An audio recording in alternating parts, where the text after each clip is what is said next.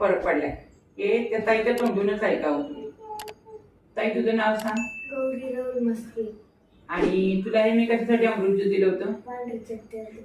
पांढरे चट्टे. आणि पांढरे चट्टे तुझ्या दोन्ही पायावर होते का एका पायावर होतं? दोन्ही पायावर होतं. मग तिची मम्मीच सांगेल की तिच्यापेक्षा तिची मम्मी बोलू शकते की किती तिला फरक पडलाय ते.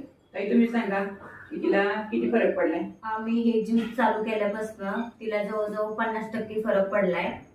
आणि बरेच लोकांचं म्हणणं आहे हा पांढऱ्या चट्टे जातच नाही, पण हे अमृत ज्यूस चालू केल्यापासून त्याची वाढ पण नाही झाली आणि रिझल्ट पण खूप छान आलाय.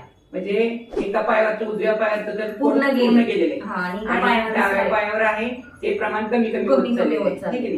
तुम्ही ते कसं कसं देत होता तिला? ते गोमट पाण्यातनं देतो.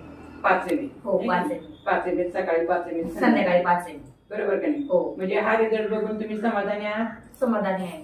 मग तुम्ही हा आणि मला वाटतं हे सगळ्यांनी अमृत ज्यूस घेऊन बघावं. ह्या शक्यतो बरेच लोक म्हणते पांढऱ्या पोटवर किंवा पांढऱ्या आजारावर याला काही औषध नाही, पण मी 100% सांगू शकते डॉक्टरने तुम्हाला तसं सांगितलं हो की औषध नाही, पण तरी पण आपल्या रिलायन्स कंपनीचं अमृत ज्यूस तुम्ही वापरलं तुमच्या कन्येला छान रिझल्ट आलेला आहे.